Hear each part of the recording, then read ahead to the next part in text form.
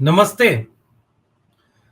देश ने जब नई संसद में नया सत्र का इतिहास रचता हुआ टेलीविजन के लाइव प्रसारण पर देखा और उसके दरमियान प्रधानमंत्री नरेंद्र मोदी का उद्घाटन भाषण सुना, पूरा देश इस उम्मीद में भावुक हो चला था कि जब नरेंद्र मोदी जी ही अपील कर रहे हैं सांसदों से और उसके बहाने पूरे देश से कि आइए हम नया भारत बनाना शुरू करते हैं। ये केवल एक नई इमारत नहीं है, यहां से हम एक नई परंपरा की शुरुआत करेंगे। इस सदन में बैठकर देश के विकास और आगे बढ़ाने पर हम बात करेंगे, चंद्रयान पर बात करेंगे, विज्ञान और तकनीक पर बात करेंगे और एक न्यू इंडिया बनेगा। सपनों का भारत, विश्वास का भारत, साझा भारत, मोहब्बत का भारत। सुनते सुनते नरेंद्र मोदी को राजनीतिक रूप से नहीं पसंद करने वाला व्यक्ति भी भावुक हो चला कि कितने अच्छे हमारे प्रधानमंत्री हैं, कितना अच्छा बोलते हैं। इन्होंने नए नए संसद भवन से जो पैगाम दिया है और विपक्ष को भले ही उन्होंने सदन के बाहर से कटाक्ष कर दिया कि भाई आओ, सदन शुरू हो रहा है, नए भारत के विकास में आप काम करो।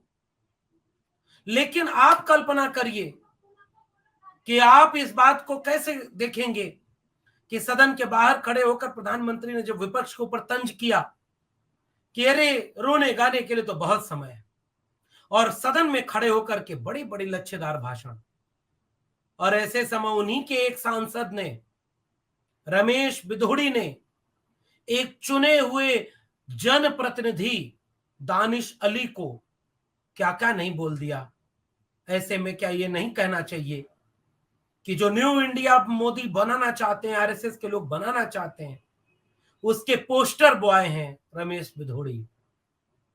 इस बात को पूरा समझें और जरा देखें कि क्या है असल इसके पीछे की पूरी कहानी, किस दिशा में जा रहा है भारत, कैसा होगा न्यू इंडिया और कैसा बनाना चाहते हैं नरेंद्र मोदी इस भारत को।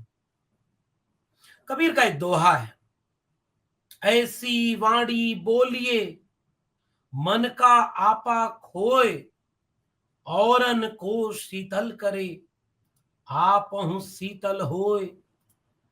मनुष्य की सबसे बड़ी पहचान उसकी वाणी होती है और वाणी पर आपको संयम बरतना पूरे देश और दुनिया में सिखाया जाता है।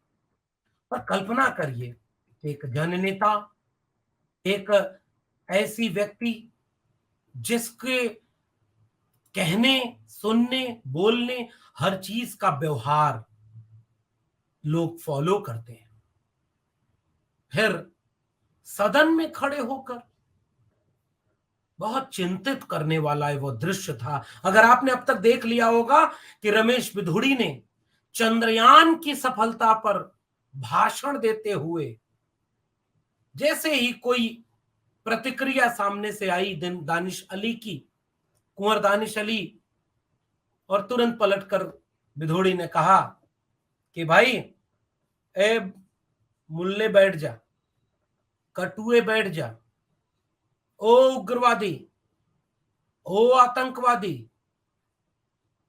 ये है न्यू इंडिया का, न्यू संसद भवन का, न्यू इमारत का न्यू सीन, क्योंकि उसका पोस्टर बॉय बोल रहा था।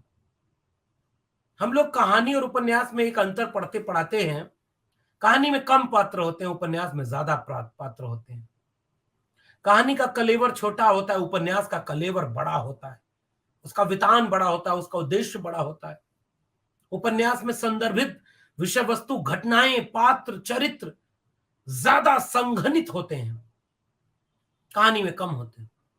तो अब तक इस देश में कहानी चला करती थी, कभी मणिपुर हो गया एक कहानी, कभी मेवात हो गया एक कहानी, कभी इस देश में सहारनपुर हो गया एक कहानी, ऊना हो गया एक कहानी, कभी अखलाक हो गया एक कहानी, कभी जुनैद हो गया एक कहानी, कभी एक कहानी बना पहलू खान, कभी एक कहानी बना इंस्पेक्टर सुबोध की हत्या और उस समय के लोग, कभी एक कहानी बना सिद्दीक कप्पन, कभी एक कहानी के रूप में पात्र आया उमर खालिद, कभी एक कहानी के रूप में खालिद सैफी, और ये सारे जेल में हैं। और ये सारे लोग और इस समय जेल में जो हैं, उसके पूरे दृश्य में सबसे महत्वपूर्ण परिदृश्य क्या आया कि अब एक उपन्यास की तरह पूरी दुनिया में एक मैसेज गया कि जिस देश के संसद में खड़े होकर वहां से जो पूरा पूरा दृश्य गया है, उससे ये समझ में आएगा कि अब आप नया भारत जो बनाएंगे, उस नए भारत में एक सांसद अपने चुने हुए सांसद को क्या बोलेगा, और उसको उसके धर्म पर हमला, उसके धर्म के नाम पर उसको आतंकवादी बोलेगा। अब ये देश के प्रधानमंत्री को तय करना है।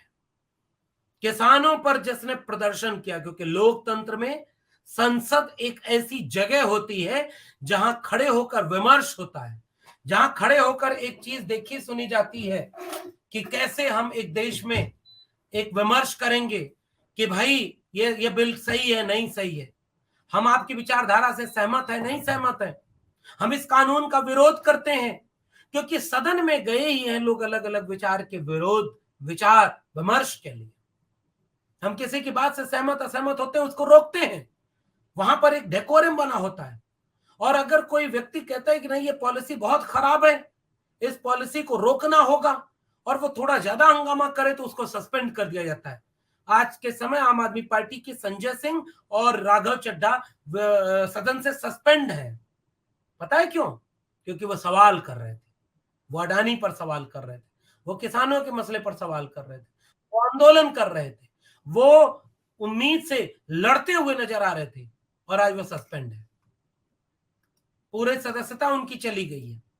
और इसी समय दूसरा एक दृश्य है इसी देश का, जिसमें एक सांसद पूरे के पूरे मुसलमान कौम के सामने कह रहा है कि ओ आतंकवादी बैठ जा, तुझे बाहर देखूंगा। अब तक नरेंद्र मोदी जी का कोई बयान आया? अब इस रिश्ते को समझिए, क्यों मैं कह रहा हूं कि ये नरेंद्र मोदी के न्यू इंडिया के पोस्टर बॉय हैं। कल उस न्यू इंडिया का एक पोस्टर बॉय था कपिल मिश्रा, उस न्यू इंडिया का एक पोस्टर बॉय था प्रज्ञा ठाकुर, उस न्यू इंडिया का एक पोस्टर बॉय चिन्मयानंद, कुलदीप सिंह सेंगर, उस न्यू इंडिया का एक पोस्टर बॉय बना मोनू मानेसर यादव, उस न्यू इंडिया का एक पोस्टर बना एल्विस यादव, जो प्रचार करता है हिंदू राष्ट्र का, महिला विरोधी कमेंट करता है। उस न्यू इंडिया का पोस्टर बॉय बना अब रमेश बिधूड़ी। और क्यों मैं ये कह रहा हूं पोस्टर बॉय? नफरत घर घर में भर दी गई है। अब तो पतंगें भी ये देखकर हैरान हो गईं कि ये छतें भी हिंदू मुसलमान हो गईं। इस बात को कभी सोचिएगा कि एक सांसद ने, एक चुने हुए सांसद को आतंकवादी बोला है इस देश की संसद में। अब आप कहेंगे कि भाई बहुत कुछ संसद में बोला जाता है, एक्सपंज कर दिया गया, हटा दिया गया संसद की कार्रवाई से उस शब्द को, उन खराब बातों को, और देश के बड़े पद पर बैठे हुए राजनाथ सिंह ने अपनी तरफ से एक माफी भी मांग ली। इसके बाद अब इस मामले को खत्म हो जाना चाहिए, कोई बड़ी बात नहीं है। अब तो भाई दानिश अली ने एक चिट्ठी भी लिख दी है ओम बिरला को, 15 दिन का समय उन्होंने मांगा है कि हम देखेंगे, कार्रवाई करेंगे। ये क्या इतनी सामान्य घटना है? अब एक हैशटैग चल रहा है ट्विटर पर। पहले लोगों ने कहा कि भाई जो इतना खराब बोल रहा है उसको गिरफ्तार क्यों नहीं करते, और तब जाकर के ये हैशटैग चलने लगा रमेश बिधूड़ी जिंदाबाद। और आप पूरे हैशटैग को देखिए, ट्विटर पर खुलेआम जाति सामने आ गई, खुलेआम हिंदू होना सामने आ गया, खुलेआम ये आ गया कि भाई दानिश अली एक सरकारी कार्यक्रम में भारत माता की जय नारे का विरोध कर रहा था, ये तो आतंकवादी है, ये आतताई है। ये है न्यू इंडिया। और ये नरेंद्र मोदी के सपनों का भारत है। ऐसा भारत नरेंद्र मोदी बनाना चाहते हैं, क्योंकि यही भाषा उनको मानने वाले, उनकी पार्टी के सिंपथाइजर गांव और कस्बों में इस देश के बोलते हैं। और न विश्वास हो तो अपने आसपास देख लीजिए, ये कटुए की भाषा, ये मुल्ले की भाषा। और ट्विटर देख लीजिए, पढ़े लिखे लोगों ने क्या क्या नहीं उनके धर्म के ऊपर लिखा है। ये कटुए हैं तो कटुए लिखा जा रहा है, क्या गलत बोल दिया रमेश बिधोड़ी ने। ये मुल्ले हैं तो मुल्ले कहा जा रहा है। और ये उग्रवादी क्योंकि भारत माता की जय नहीं बोलते, आतंकवादी हैं क्योंकि मुसलमान हैं, क्योंकि सारे मुसलमान आतंकवादी होते हैं। इस चीज को आप ये नई इंडिया के दृश्य की तरह सोचिए। और मैं क्यों कर रहा हूं पोस्टर बॉय रमेश बिधोड़ी है, क्योंकि ये है न्यू इंडिया। 140 करोड़ देशवासियों कर दोनों हाथ फैलाकर प्रधानमंत्री भाषण देते हैं, सबका साथ, सबका विकास, सबका विश्वास, पसमानदा की बात करते हैं। क्या नरेंद्र मोदी अपने सांसद के लिए देश से माफी मांगेंगे क्या, कि हाँ एक मुसलमान को देख करके इस हमारे सांसद ने उसको आतंकवादी बोल दिया, ये बहुत गलत है। क्योंकि हिंदू आतंकवादी को हेमंत करकरे, इस पर तो आप बहुत चिल्लाते हैं। और आपके सिंपथाइजर लोग अपराध को भी धर्म के नाम पर तौल रहे हैं। पहलू खान का दोष क्या था, और अकबर का दोष क्या था, जुनैद का दोष क्या था, अखलाक का दोष क्या था, उमर खालिद का दोष क्या है, आज तक सिद्ध नहीं हुआ। और 300 दिन से ज्यादा हो गया उमर खालिद जेल में है। कहां है इस देश का संविधान? और ये नफरत जो गांव कस्बों में थी, वो इस देश के संसद में नई बिल्डिंग में सुनाई दे रही है। इसलिए मैं इसे बहुत खतरनाक दृश्य मानता हूं। और आप कह रहे हैं कि मुसलमानों पर नहीं बोलते। अरे देखो, अपराध का कोई जाति धर्म नहीं होता है। अगर कहीं कोई छेड़खानी हो, कहीं कोई धोखा हो, हत्या हो, बलात्कार हो, कोई भी घटना हो, पुलिस और कानून उस पर कड़ी से कार्रवाई करे। मेवात में जितने बुलडोजर चले हैं, केवल एक धर्म के लोगों को देख करके आप बुलडोजर चला रहे हैं, एक धर्म के लोगों को देख करके आप आतंकवादी बना रहे हैं, एक धर्म के लोगों को देख करके आप मुकदमा दायर कर रहे हैं। यही है न्यू इंडिया प्रधानमंत्री जी। आप तो अच्छे लच्छेदार भाषण दे रहे थे। ये जो हैशटैग चला रहे हैं ट्विटर पर कि मुसलमान होते ही ऐसे हैं, यही देश बनाना चाहते हैं। यही ये गांधी के सपनों का भारत है क्या? ये अंबेडकर के सपनों का भारत है क्या?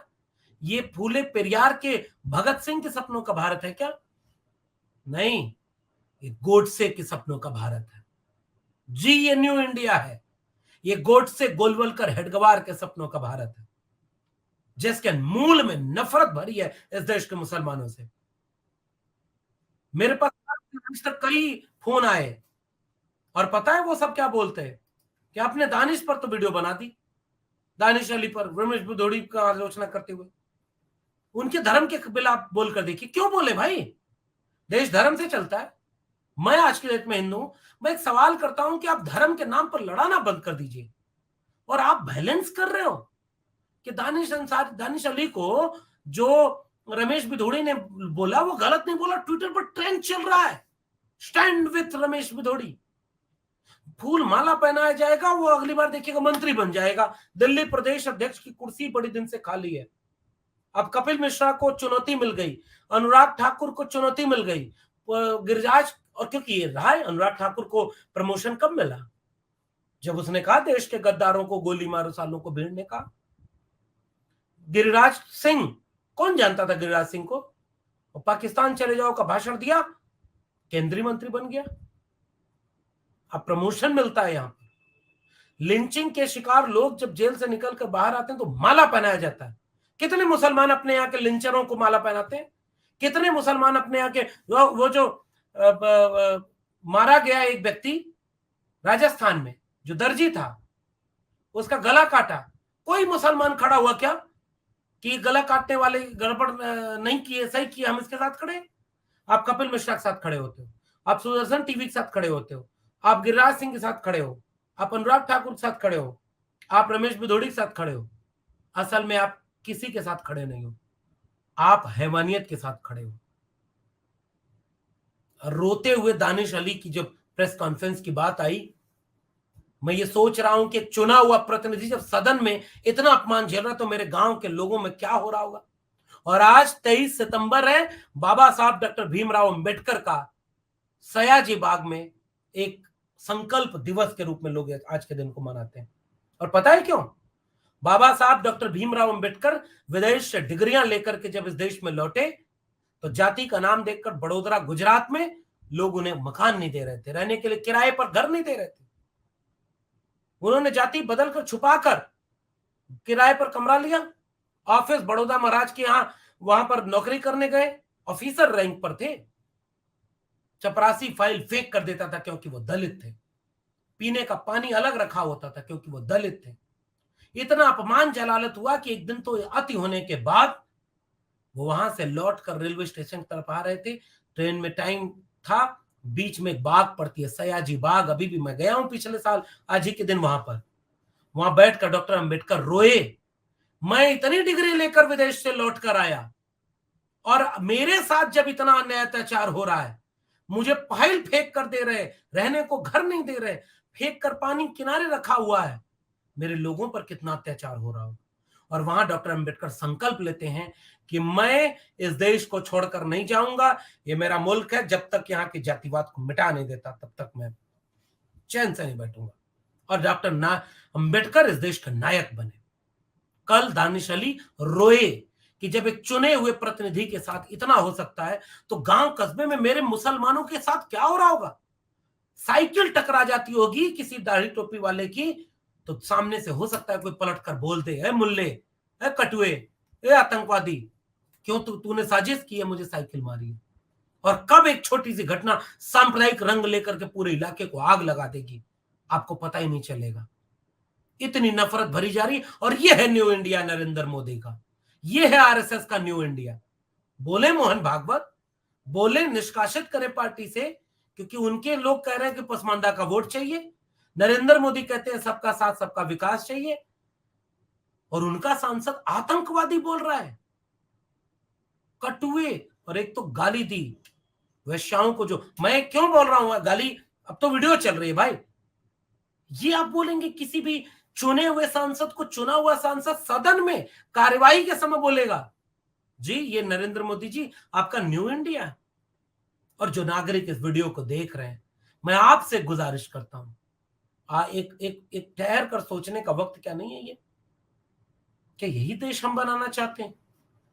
कल को आपके स्कूल में कोई बच्चा मुसलमान बैठेगा और आपके टीवी पर, आपके इलाके में, आपके व्हाट्सएप ग्रुप में, आपके परिवार में अगर उस बच्चे को, आपके बच्चे को यह सीख मिली रहेगी कि मुल्ले होते हैं, कटुए होते हैं, आतंकवादी होते हैं ये मुसलमान, आपका बच्चा आपकी क्लास में डरेगा कि उसके बगल में कोई साबिर बैठा है, कोई अहमद बैठा है, वो कहेगा कोई आतंकवादी बैठा है। यही न्यू इंडिया बनाना चाहते हैं नरेंद्र मोदी जी। जरा नजर रखिए इनके रमेश भिदोड़ी के साथ क्यों लोग खड़े हैं, क्या सोचकर खड़े हैं। क्योंकि मुसलमान बुरा करते हैं इसलिए रमेश भिदोड़ी ने कह दिया तो ठीक है। अरे जहां मुसलमान बुरा करते हैं वहां उसकी सजा अलग है, वो डिबेट अलग है। सदन में चुना हुआ प्रतिनिधि दूसरे को आतंकवादी बोल रहा है भाई। ऐसा इस देश में आज तक कभी नहीं हुआ। केवल धर्म के नाम पर उसको बोला है। कितने मुसलमानों ने धर्म के नाम पर भारत में संसद में या आपके गांव में बोला है हिंदुओं को कुछ? आपको ये सामान्य घटना लग रही? आप एक्सपंस कर देंगे उनको, 10 दिन 15 दिन के लिए सदन से निलंबित कर देंगे, अगली बार कोई नहीं मानेगा। कर तो दिया था दिल से न माफ करने का बयान प्रज्ञा ठाकुर के लिए देश के प्रधानमंत्री ने, कि मैं दिल से माफ नहीं कर पाऊंगा कि जो गांधी को आतंकवादी बोले। तो जो गांधी को आतंकवादी बोले उसे अगर प्रधानमंत्री दिल से माफ नहीं करते तो भी पीछे वाली कुर्सी पर सदन में बिठाते हैं। तो जो धर्म के नाम पर मुसलमान को आतंकवादी बोल दिया उसके लिए नरेंद्र मोदी क्या करेंगे? कुछ नहीं करेंगे। और अगर वो कुछ नहीं करते और नाम मात्र की कोई बात होती है तो इसका मतलब एक पैगाम पूरे देश में चला गया, जहां मुसलमान देखे कुछ भी बोल सकते हैं आप, कुछ भी कर सकते हैं आप, क्योंकि आपके देश के संसद में कुछ भी हो सकता है। बाद में कुछ करके जैसे वहां माफी मांग लेंगे, कुछ दिन की छोटी सी सजा मिल जाएगी, वैसे आप कर देना। ये न्यू इंडिया अगर है तो माफ करिए नरेंद्र मोदी जी, ये गांधी के, अंबेडकर के, भगत सिंह के सपनों का भारत कतई नहीं है। और अगर ऐसा भारत है तो इस पोस्टर बॉय रमेश भिदोड़ी है, तो बाकी लोगों को, देश को भी समझ लेना चाहिए कि अगर ये 24 में आ गए तो ये कैसा भारत बनाएंगे, इस पर एक बानगी, एक तस्वीर आपके सामने उन्होंने पहले ही रख दी है। यही न्यू इंडिया, यही सबका साथ सबका विश्वास है, यही है पढ़ेगा इंडिया बढ़ेगा इंडिया, यही है लोकतंत्र की मजबूती, यही है oldest democracy of the world कि नई संसद भवन का नया दृश्य, क्योंकि नया भारत अब ऐसा ही होने वाला है। स्वागत करिए। अगर आपको ये अच्छा लग रहा है रमेश भिदोड़ी का बयान, तो दोनों बाहें फैलाकर स्वागत करिए, आप न्यू इंडिया में हैं। बहुत बहुत धन्यवाद।